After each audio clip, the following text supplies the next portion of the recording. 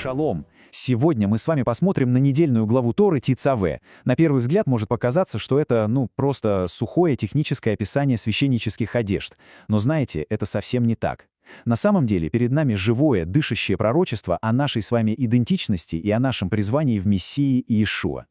И давайте начнем вот с какого вопроса. Он может показаться немного странным, но потерпите. Что общего, казалось бы, да, у одежды, которую мы носим, и предательства? Ответ, как это часто бывает, лежит в самой глубине языка. Так вот, в иврите есть слово «бегет» — это одежда. Есть слово «богат» — предавать. Слышите? Звучат почти одинаково. И не случайно, у них один и тот же языковой корень. А теперь давайте вспомним, когда вообще появилась первая одежда. Правильно, в Эдемском саду. И случилось это сразу после того самого первого, величайшего предательства. Одежда стала символом потерянной невинности. Но вот тут-то и происходит нечто потрясающее. Всевышний совершает то, что можно назвать искупительным переворотом. Он берет то, что было символом падения, стыда, одежду, и полностью меняет ее смысл. Он превращает ее в инструмент для приближения к святости. Представляете, какой поворот? Великий мудрец Рамбан очень точно подметил, эти облачения — не просто ткань для тела, совсем нет. Это в первую очередь покров для души, постоянное напоминание. Ведь в конце концов именно то, во что одета наша душа, и определяет, как мы влияем на этот мир. Хорошо, давайте теперь посмотрим на сами одежды. И начнем, пожалуй, с самого важного элемента. Это хашен, или, как его еще называют, наперстник. И вот он-то нам расскажет очень много об истинном лидерстве. Только представьте, на груди у первосвященника, прямо на его сердце, имена всех 12 колен. И не просто написанные, а выгравированы на драгоценных камнях, причем каждый камень свой, уникальный, как и каждое колено. Это же невероятно сильный образ. Настоящий лидер не просто выполняет функции, он буквально носит на сердце свой народ, чувствует бремя ответственности за каждого. И вот мы подходим к самому главному. Ведь у нас с вами есть свой первосвященник, свой Коэн Гадоль, Мессия Иешуа. Послание к евреям прямо говорит, что он может сопереживать нам, он понимает наши слабости. И это не просто слова. Имя каждого из нас, наша конкретная боль, наши проблемы — все это, как те камни, выгравировано на золоте его сердца. Он носит нас на своем сердце. Двигаемся дальше. Следующая часть облачения — это мииль, верхняя риза. И самое интересное в ней — это ее подол. Там есть одно украшение очень-очень символичное. Оно говорит о балансе, который так важен в нашей духовной жизни. Смотрите, по самому краю этой ризы вперемешку висели золотые колокольчики и гранаты. Интересное сочетание, правда? Колокольчик, он издает звук. Это наше внешнее, то, что мы говорим, наше свидетельство. А гранат — это плод. Это наше внутреннее, характер, терпение, добрые дела. И вот этот постоянный ритм — колокольчик, гранат, звук, плод — это призыв к балансу. Наши слова должны подкрепляться делами. Но это еще не все. Сами гранаты были не просто вышивкой.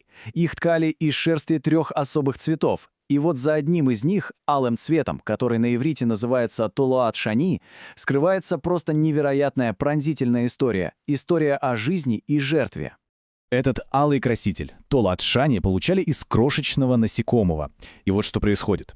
Когда самка готова дать потомство, она прикрепляется к дереву так намертво, что ее уже невозможно оторвать. Она становится одним целым с этим деревом. Затем она выделяет ярко-алую жидкость, которая покрывает ее саму и ее будущее потомство, защищая его. И в этом процессе она умирает. А теперь откроем 21-й псалом. Псалом, который пророчески говорит о страданиях Мессии. И что мы там читаем? «Я же червь, толаат, а не человек». Понимаете? Мессия сам отождествляет себя с этим маленьким созданием. Как тот червь был пригвожден к дереву, чтобы дать жизнь, так и Мессия был пригвожден к древу. Как червь проливал свою алую кровь, так и Иешуа пролил свою кровь ради нас.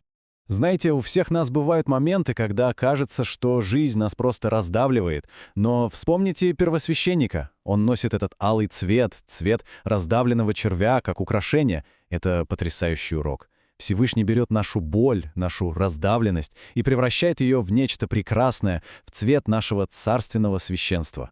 И, наконец, последний элемент облачения. Он касается, возможно, самой главной битвы, которую каждый из нас ведет каждый день. Битвы за наш разум. Что же это? Это циц, золотая пластина, которую первосвященник носил прямо на лбу. И на ней было выгравировано всего 3 слова «Кодеш ла Адонай» — «Святыня Господу». Мудрецы объясняют, что эта пластина была нужна, чтобы постоянно направлять мысли священника, чтобы его ум не улетал куда-то в сторону во время служения. А теперь перенесем это в наши дни. Мы ведь живем в эпоху сумасшедшего информационного шума. Наш разум — это настоящее поле битвы. И быть священником Нового Завета — это значит добровольно надеть на свой лоб вот такую пластину. Каждую мысль фильтровать через вопрос «А это святыня Господу?» И если мысль этому не соответствует, мы просто не даем ей места. Это и есть тот самый шлем спасения. И вот еще одна очень важная деталь. Под всем этим великолепием, золотом, камнями, яркими нитями, скрывалась основа — простой белый льняной хитон. И в этом заложен глубочайший духовный принцип. Прежде любой славы, любого высокого положения должна идти внутренняя чистота и смирение. Это фундамент. Так как же нам все это применить в жизни? Давайте подытожим. 3 простых шага. Первое. Начинать каждый день с того, чтобы посвятить свой разум Господу. Второе. Постоянно сверять свои колокольчики и гранаты, слова и дела. И третье. В моменты, когда становится особенно тяжело и одиноко, просто вспомнить. Имя каждого из нас сияет на сердце первосвященника Иешуа.